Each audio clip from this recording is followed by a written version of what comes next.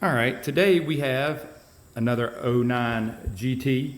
This one was tuned and built by someone else, and he's just bringing it in as our customer just bought it, and he wanted it to be touched up. It was cutting off, shifting really aggressive down low, a little too hard for his tastes, and had some cutoff issues, and wanted to make sure the tune was good. So we put it on the dyno.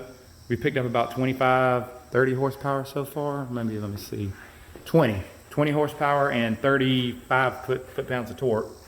And that's a good showing of what you'll pick up underneath the graph. Like, that's what you'll really feel cruising and driving around. And then it also picked up everywhere, of course. That's huge. Yep. And you said you found a cam. It was a Dominator?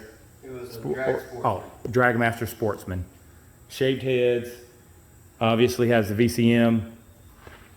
LS7 mass airflow. Looks like Cook's headers, and I'm not sure of the exhaust. Stainless Works headers? Okay.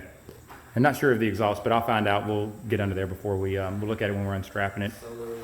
Solos. Not too much more gains after the last video.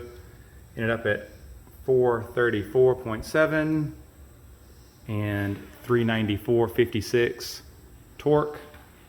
Some pretty big gains it picked up. It picked up 40 right here, though. That's the big thing. Yeah, it's picking up real big in the middle. All under the curve. It's massive. Look at the torque. Like, let's see, 392 versus 351. So yep. 40 foot-pounds. Yeah, huge numbers everywhere. Right there's a real big one. 383 to 421. That's almost 50. Yeah, that's crazy. It's going to feel like a whole different car. Yep. So the peak numbers, as you can see, aren't huge. 21 horsepower difference, and 40 foot-pounds is pretty big. Also, as you can see, his air-fuel ratio, we go for around 12.5, and really zoomed in, you can tell we hit it pretty good on the number all the way across. Whereas before was the green, and it was actually, yeah, I do think you were right.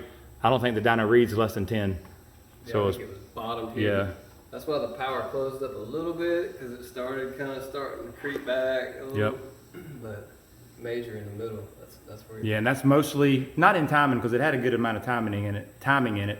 This is all in the air fuel, having the air fuel dialed in correctly gets that kind of gains on a car that already sounded pretty good first few pulls. So all the details. Awesome.